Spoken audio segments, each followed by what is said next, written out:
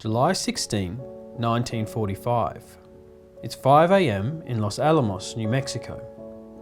Residents wake to an unknown blast shaking their houses, and army officials calm the locals with a story of an unintended munitions explosion.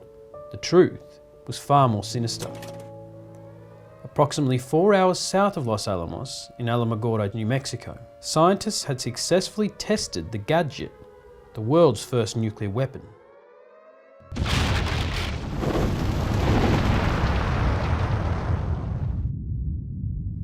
In coming months, the American military would use similar technology to launch attacks on key military targets in Nagasaki and Hiroshima in Japan, effectively bringing the Pacific arm of the Second World War to an end.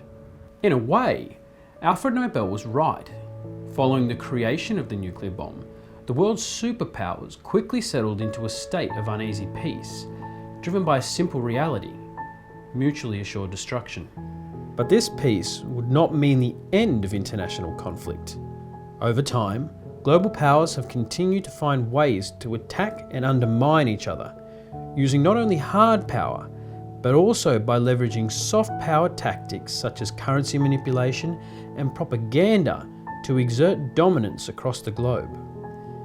What these global superpowers have come to realise is that, in the digital world, consumers are the ultimate source of power. My name's Chris Shirley, and in the last episode, we examined the 5 implications for democracies in the digital age. In this episode, we will be exploring the changing nature of conflict in a post-digital world and the changing role of everyday citizens in that process. Join us as we continue in our attempt to build a picture of what the future may hold for people and governments across the Western world in the 21st century.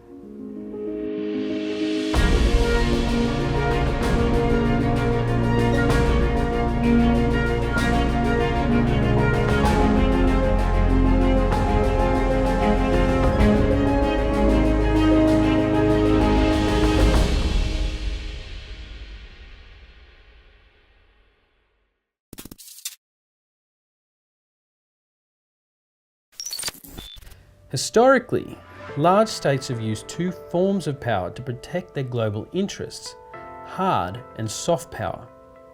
By strategically implementing these forms of power in tandem, global actors have an increased ability to exert economic, social, and geopolitical dominance over their foes and allies alike.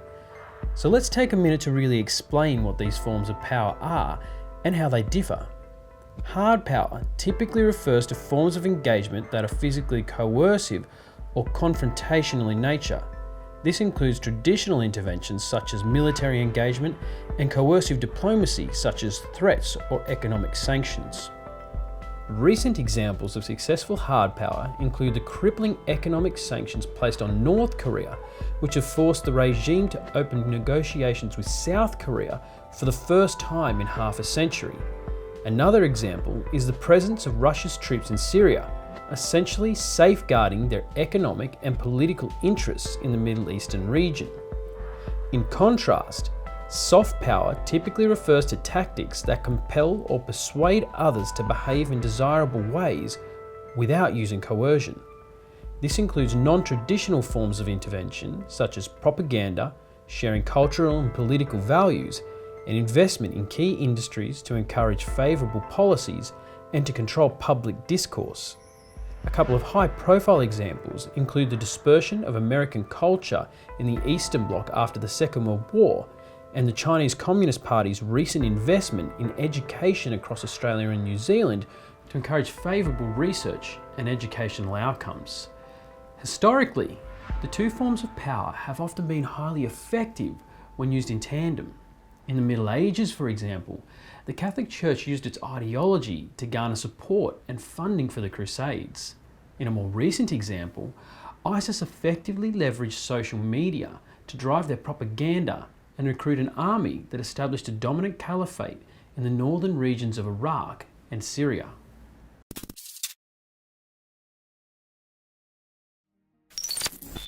Many authors have noted the long-term failure of hard power when it is not accompanied by the effective use of soft power. In 2008, James Steinberg critiqued the invasion of Iraq as failing to understand what elements of power were needed most to defeat the emerging threat of terrorism.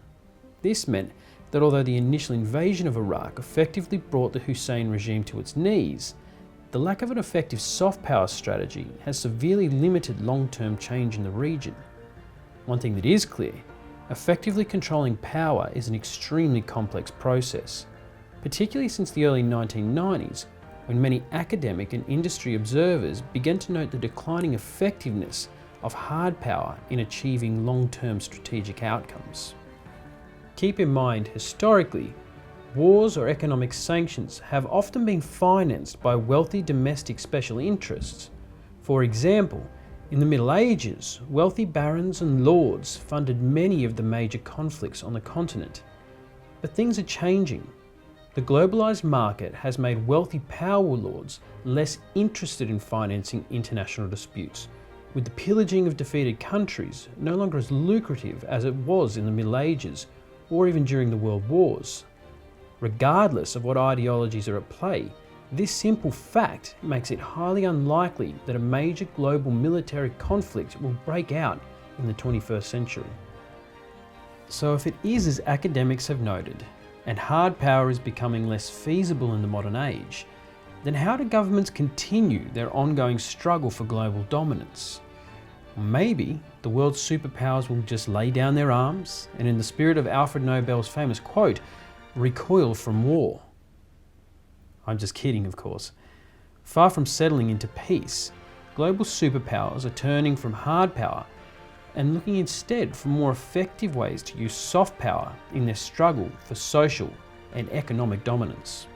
Unfortunately, one of the main criticisms of soft power is that it usually relies on long-term planning, often taking years to achieve tangible outcomes, particularly in the absence of an effective and complementary hard power. For it to be successful, it typically relies on the aggressor, that is the person exerting the soft power, to successfully control a narrative within the domestic market. Manipulating the mainstream media's messaging is a great way to do this. But from a historical perspective, this normally takes a long time to be broadly adopted by a population. Similarly, governments have traditionally been able to counter foreign actors who are using soft power by controlling foreign investment and ensuring major media outlets adhere to industry standards and regulations. However, in the digital age, these defences are crumbling. In the mid-2000s, we saw a rapid increase in the speed at which information can be transmitted and digested by citizens, leading to incredible opportunities for state players to engage in rapid, soft power-based conflict and leverage everyday citizens to drive conflict at a domestic level. For example, a successful information attack by Russia during the 2016 US presidential election has, in part, caused major domestic social upheaval. Samir Woolley, Research Director for the Digital Intelligence Lab at Institute for the Future, calls this computational propaganda and characterises it as the spread of disinformation and politically motivated attacks designed using algorithms, automation and human curation via the internet and particularly social media. Woolley believes these attacks are assailing foundational parts of democracy around the globe by undermining open, civic discourse, the right to privacy, and free elections.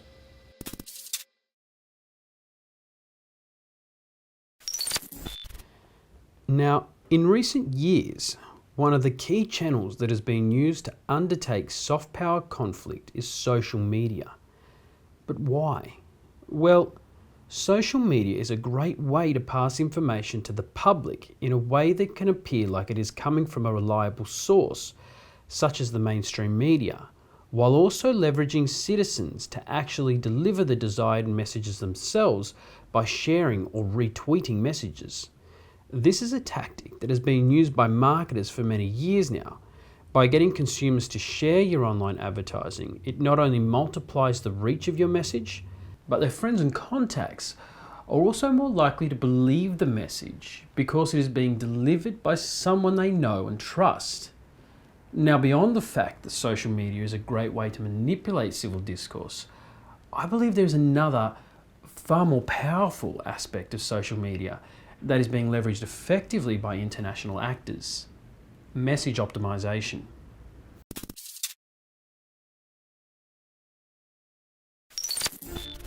One of the most powerful aspects of social media is its ability to tailor each person's experience, ensuring users see the things that most interest them or the people they're connected with.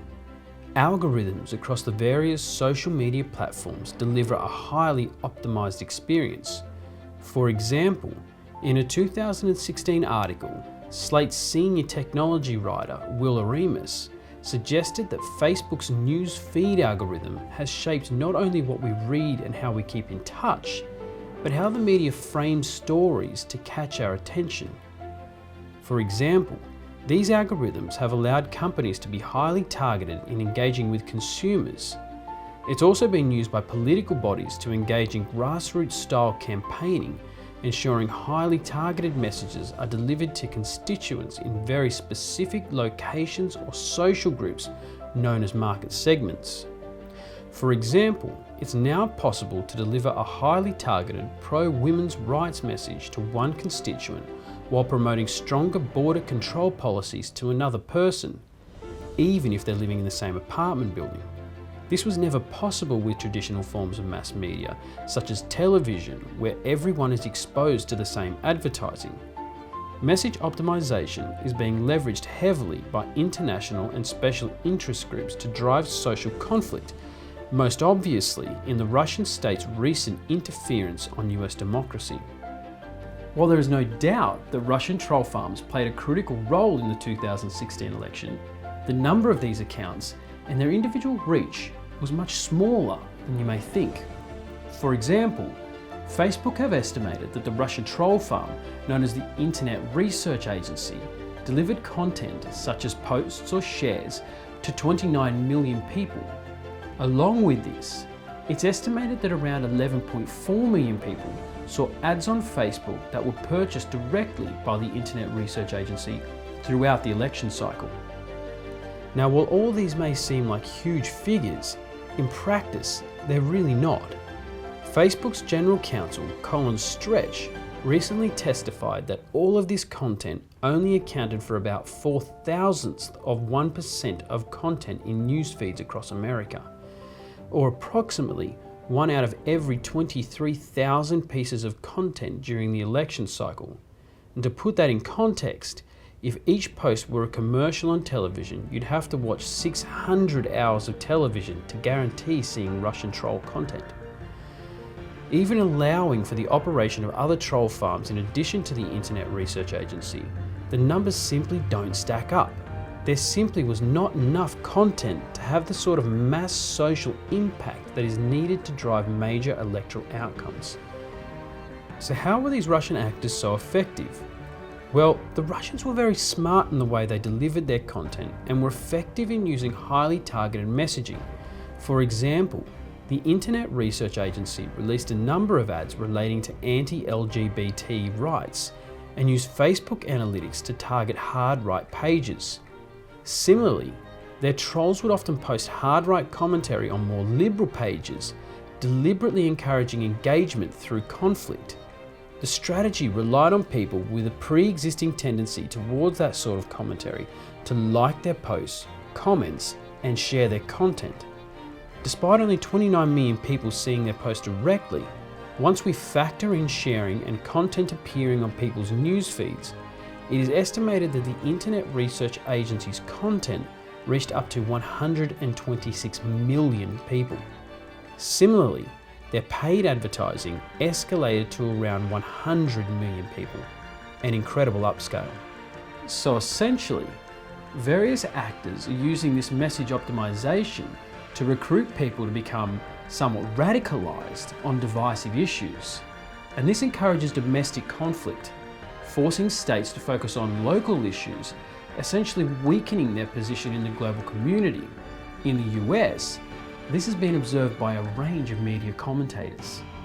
Social media not only increases the ability for state actors to recruit the general public of another nation via soft power, but a number of commentators have also highlighted that it fundamentally changes the very nature of conflict itself.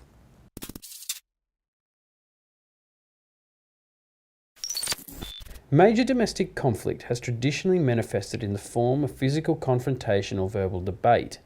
This means the majority of people who shun confrontation will actively avoid participating in the conflict.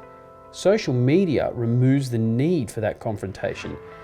You see, in many cases you don't even need to provide your real name, which has led to a dramatic increase in participation rates in social media-based conflict. But why is this the case? In a 1995 paper, Nikki Crick and Jennifer Grobpeter identified that confrontational aggression, such as physical violence and heated debate, are more prominent amongst men, particularly dominant males. And under this system, the ability for less masculine men and women to engage in an even-footed conflict is highly limited. In a recent interview, Jonathan Haidt noted that social media is a perfect channel to facilitate and amplify these less masculine forms of conflict. It is our belief this has massive implications for governments, companies, and policymakers across the Western Hemisphere. For example, in 2017, the Me Too movement saw the entire established hierarchy of Hollywood turned on its head as a global wave of women led an online movement. By highlighting the negative behaviours of established and powerful males in the industry, these women were able to mobilise the global community by creating a highly effective online activist movement.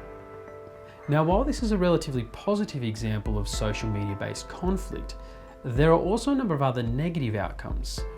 The ability for people to remain anonymous has led to many actively engaging in conflict on issues they would historically perhaps not have engaged in if they were in a more direct conflict. People are also more likely to engage in self-censorship. Returning to Jonathan Haidt's interview, he observed that in some instances, people are actively avoiding liking certain material which they may agree with, but are unsure if it would be considered socially acceptable. And this can have the impact of shutting down political debate, historically a major tool that societies use when they rely on freedom of expression and thought to drive political progress. So what does this all mean for modern Western democracies? The increasing use of soft power by both special interests and foreign actors is encouraging average people to engage in online activism and conflict, which in turn is forcing regulators and policymakers to be constantly on guard. Even the smallest of gaffes can now result in career-ending social backlash. Beyond that, individuals are actively censoring themselves, trying to avoid having their reputation savaged as a result of saying or thinking something that doesn't necessarily align with the dominant values in their online social network. The sheer speed at which this can happen makes it almost impossible for lawmakers to keep ahead of social trends. And this is unique when compared to other periods of major social upheaval, such as the civil rights movement of the 60s, where people were required to coordinate over long distances through traditional channels such as newspapers and rallies. And this is a major point of consideration for democracies the world over. More authoritarian states that actively control freedom of expression are less likely to face the challenge of rapid social upheaval, giving democracies a disadvantage when competing on the world scale. And this is contrary to historical outcomes, where democracies were traditionally able to operate at a much faster pace than their global competitors by having parliaments that could openly debate and respond to social and economic issues, while authoritarian states were more likely to be atrophied by solid, inflexible social hierarchies. The most fundamental value of democracy is the right to have free thought and expression. And this makes it incredibly difficult to stave off online espionage from adversaries, who cleverly use soft power to encourage domestic audiences to wage war on their behalf. A free and democratic government cannot stop these individuals from expressing themselves without breaching this core value. And although this may seem daunting, it's important to keep in mind the incredible benefits that digital conflict offers democratic societies. Debating and the sharing of ideas is integral to our social success. The ability for less represented audiences, such as women, to actively engage in conflict on an even footing is an incredibly valuable thing.